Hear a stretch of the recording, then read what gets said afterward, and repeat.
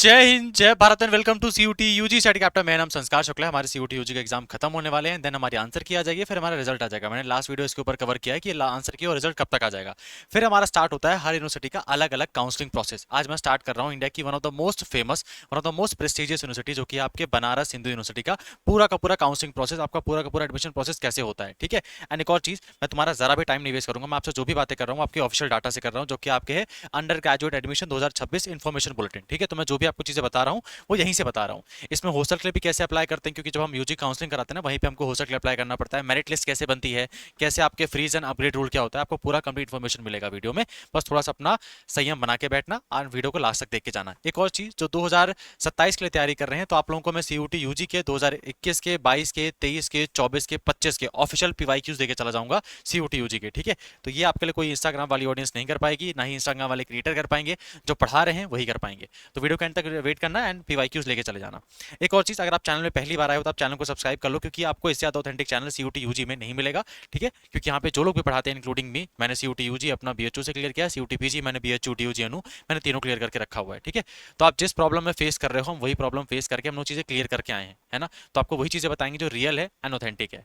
अगर आप 2027 की तैयारी कर रहे हो तो हमारे बैचेस को देख सकते हो। अगर कोई आपका डाउट है जो आप मुझसे डायरेक्टली पूछना चाहते हो, तो आप सीयूटी विद संस्कार में जाकर मुझे फॉलो कर सकते हो, है ना। अब आ जाते हैं बीएचयू का पूरा काउंसलिंग प्रोसेस। अब तुमको ये पूरा 800 पन्ने का ये जो पीडीएफ है, पूरा 100 पन्ने का पीडीएफ पढ़ाने से बेटर है मैंने सारी की सारी चीजें आपको यहाँ पे मेंशन करके रखी हुई है। फिर भी अगर आपको ये पीडीएफ पढ़ना होगा तो आपको इसको मैं व्हाट्सएप चैनल में भेज दूंगा, आप इसको पढ़ सकते हो। ठीक है। लेकिन मैंने सारा प्रोसेस आपके यहाँ मेंशन करके रखा हुआ है। अब देखो ये कैसे चीजें वर्क करती हैं, कैसे काम करता है।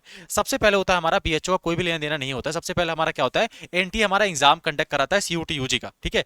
यहाँ पे भी बीएचओ की कोई भी जिम्मेदारी नहीं है। और आप बीएचओ का एग्जाम यहाँ पे नहीं, आप एनटीए का सीयूटी यूजी का एग्जाम देते हो, अपना लैंग्वेज का, अपना डोमेन का और अपना आपके जीएटी का। ठीक है। फिर आपके आंसर की आती है और आपका रिजल्ट आता है। अब आंसर की रिजल्ट में एक बात जो बहुत इंपॉर्टेंट हमको वो ध्यान रखनी है कि मेरा जब रिजल्ट आएगा भैया, तब मुझे वहां पे नॉर्मलाइजेशन के साथ मेरा स्कोर देखने को मिलेगा। मतलब अगर आपका एग्जाम का शिफ्ट का पेपर बहुत ज्यादा मुश्किल होगा तो आपका एग्जाम के नंबर थोड़ा बढ़ के आएंगे, तो ज्यादा नंबर आएंगे आपके। अगर आपका एग्जाम का पेपर काफी ज्यादा ईजी होगा तो आपके नंबर कम भी हो सकते हैं। ठीक है। तो हमारे नंबर नॉर्मलाइजेशन स्कोर के हिसाब से आएंगे। अब फिर क्या होगा, फिर अपना बीएचयू जो होगा अपना यूजी का पोर्टल ओपन करेगा। अब ये पोर्टल ओपन कब करता है बीएचयू, और कैसे भैया मैं चेक करूंगा कि मैं कौन कौन से प्रोग्राम में एलिजिबल हूं, मैं वो चीज आपको दिखा देता हूं। देखो, तो ये बीएचयू का मैंने ऑफिशियल पोर्टल ओपन करके रखा हुआ है सीयूटी यूजी का। ये रहा कंबाइंड अलॉटमेंट प्रोग्राम का। आपका रिजल्ट नो डाउट आपके 21 से 25 जून तक आ जाएगा। एंड बीएचयू पोर्टल ऑलमोस्ट 10 से 15 दिन बाद अपना ओपन करता है सीयूटी यूजी के लिए। डीयू बहुत पहले कर देगा, डीयू तो रिजल्ट आने से पहले पोर्टल ओपन कर देगा। बट तुम बीएचयू का पोर्टल मान के चलो, तुम्हारा 10 से 15 जुलाई के टाइम में आपका ओपन होगा बीएचयू का पोर्टल।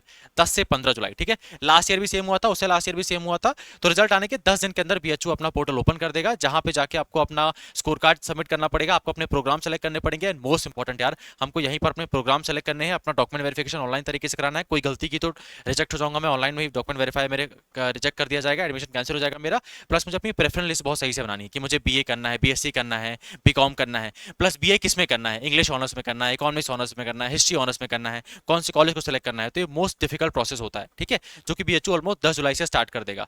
अब एक प्रॉब्लम आता है कि भैया अगर मुझे नहीं मालूम है कि मैंने जिस जिस पेपर दिए थे एंड बीएचयू में किस सब्जेक्ट के लिए कौन सी एलिजिबिलिटी क्राइटेरिया, तो मैं कैसे चेक कर सकता हूं।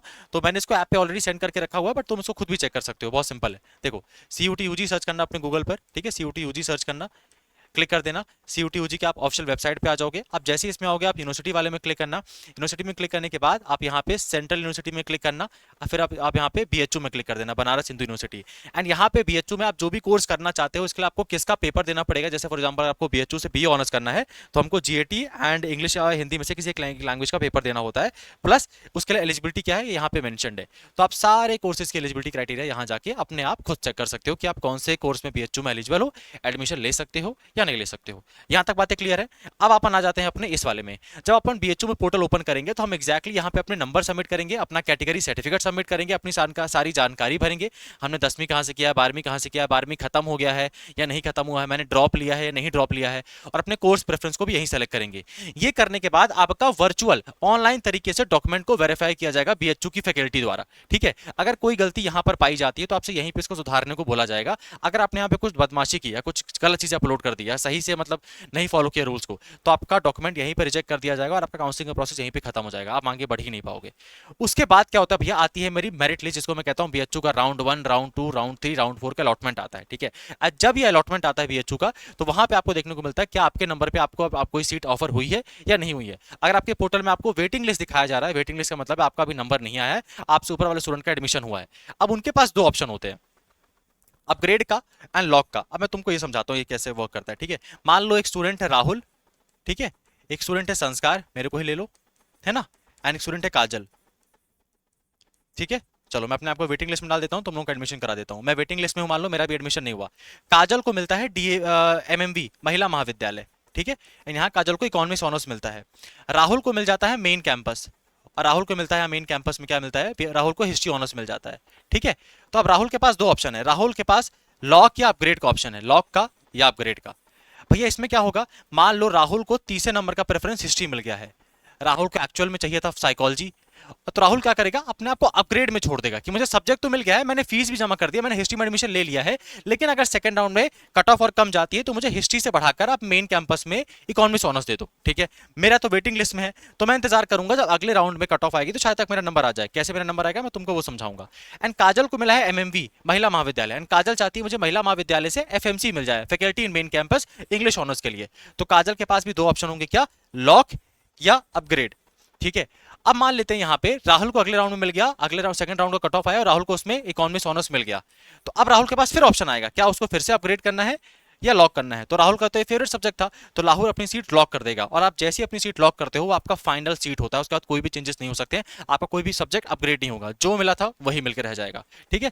और नेक्स्ट राउंड में मान लो ऐसा नहीं होगा भैया कि नेक्स्ट राउंड में अगर अपग्रेड नहीं हुआ तो कभी नहीं होगा। ऐसा भी होता है कि मान लो मैंने अपग्रेड में लगा के रखा था, मेरा ना तो फर्स्ट राउंड में अपग्रेड हुआ, ना थर्ड में हुआ, ना सेकंड में हुआ, डायरेक्टली फोर्थ राउंड में मुझे अपग्रेड होकर टॉप नंबर का सब्जेक्ट मिल गया। तो हमेशा अपने सब्जेक्ट को अपग्रेड में करके रखो। अब बारी आती है भैया आपका एडमिशन कैसे कराएं हम लोग। तो मान लेते हैं राहुल का डीयू के एसआरसीसी कॉलेज में भी एडमिशन हो गया, और राहुल ने बीएचयू से एडमिशन कैंसिल करा के एसआरसीसी में एडमिशन ले लिया, तो यहां राहुल की सीट खाली हो गई। तो काजल को मिल जाएगा महिला महाविद्यालय से मेन कैंपस, और मुझे डीएवी पीजी कॉलेज का कॉल लेटर आ जाएगा, क्योंकि जैसे ही मान लो बीएचयू के अलावा जेएनयू की काउंसलिंग और डीयू काउंसलिंग स्टार्ट होती है, तो कई लोग बीएचयू डीयू जेएनयू तीनों में एडमिशन ले लेते हैं। तो जब आपने बीएचयू से अपनी सीट छोड़ के आप डीयू में जाते हो तो आपकी जो सीट खाली होती है, तो जो बच्चे वेटिंग लिस्ट में होते हैं उनको अगली सीट ऑफर हो जाती है, ठीक है, समझ में आ गया। और फिर हमारे फाइनल आता है भैया आपके ऑफलाइन वेरिफिकेशन। जब आप यहाँ पे खुद बीएचयू आते हो, आपने जो जो डॉक्यूमेंट जमा किए थे, अपने ऑनलाइन दिखाए थे, आप उसको यहाँ पे ऑनलाइन तरीके से आते हो, वहाँ पे आपका उसका ऑफलाइन वेरिफिकेशन होता है। जैसे आप इसको ऑफलाइन वेरिफिकेशन कर देते हो, आपको यहीं पर बीएचयू का आईडी कार्ड दे दिया जाएगा, और फाइनली आप बीएचयू के स्टूडेंट बन चुके हो। आप जाके आप मौज करो, बल्ले बल्ले करो, एकदम पार्टी बनाओ, क्योंकि आपका फाइनली बीएचयू में एडमिशन यहाँ पर फाइनली सिक्योर हो चुका है। फिर यहाँ पे जिन बच्चों का भी मान लो 500 बच्चों का एडमिशन हुआ है, 250 बच्चों को हॉस्टल मिलने वाला है, तो उनका मेरिट लिस्ट निकाला जाता है। हॉस्टल का एक अलग रूल होता है, 80% मैटर करता है आपके मार्क्स, 20% मैटर करता है आपका डिस्टेंस। मैंने उसके ऊपर एक सेपरेट वीडियो बना के रखा हुआ है, जाके उसको देख लेना।